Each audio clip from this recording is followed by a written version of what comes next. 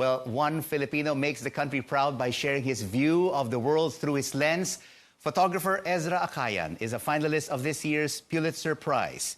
Ezra tells us more about this honor. He joins us tonight on The Final Word. Ezra, thank you so much for joining us. Grabe, ang daming nangyayari dito sa Pilipinas. A lot of Pinoy pride. I mean, in the sporting world, you had this victory against South Korea. Last week, Yuka Saso in golf, Alex Ayala in tennis. You have the Olympic-bound athletes. And then last night, we had the world chef champion, Joanne C. And now, in the field of photojournalism, Ezra Acayan. How does it feel, Ezra? Really, sobrang overwhelming. I mean, it was really unexpected.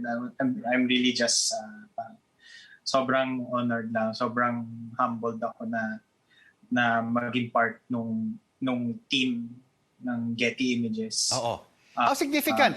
How significant, Ezra, is for a Filipino photojournalist like yourself to be a Pulitzer finalist? Siguro sa akin parang I never expected na kumbaga yung Pulitzer parang sa tingin ko unattainable siya. Oh. Parang the best of the best. The creme de la creme. So tell us, Ezra, about your nominated Pulitzer portfolio. How did this image that we see right now on our screens all come about? Well, yung picture kasi is part of a photo essay by the team of Getty Images. We had photographers cover the pandemic around the world. So here in the Philippines, ako yung nag-cover. So yung picture na sinali sa nominated work was March 14. It was hours before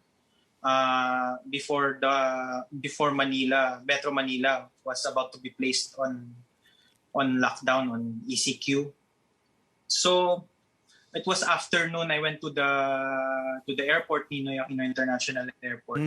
Kasi I heard that there were so many stranded passengers. They were mostly OFWs who had just come home from abroad.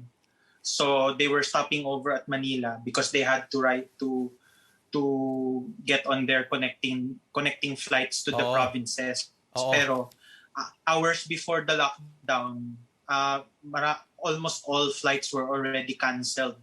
So they were stuck there, they were stranded, and of course, I guess the situation got very chaotic. Everyone was really stressed, and they were just panicking. So nagkagulo dyan, no, sa airport. Everybody wanted to take the first flight out. And you are currently the chair of the Photojournalist Center of the Philippines. How is it important, Ezra, to protect the rights of visual journalists? Well, we saw during the pandemic how important visual journalism was. When everyone else was locked inside their homes, nobody knew what was happening outside. So it was naging sobrang importante ng visual journalism. And how we talk about, we are always fighting for press freedom and all of that. But para sa akin kasi parang if the media workers and photojournalists and visual journalists and everyone else in the media don't have economic freedom. Right. Kumbaga, parang katumbas na rin yun ng press freedom. You have to take care of media workers first before we can have true press freedom. And Ezra, you and your fellow photojournalists, nakikita natin, no? Just like now, you're always in the middle of the action, no? And you've documented the plight of the urban poor communities under the Philippine government's bloody war on drugs. And now, a prosecutor at the International Criminal Court in The Hague is requesting an investigation into President Duterte's violent drug wall. Your thoughts on this? I mean, you saw so many crimes happen, more than 1,000, and you've attended more than 100 burials. How significant is this latest move by the ICC?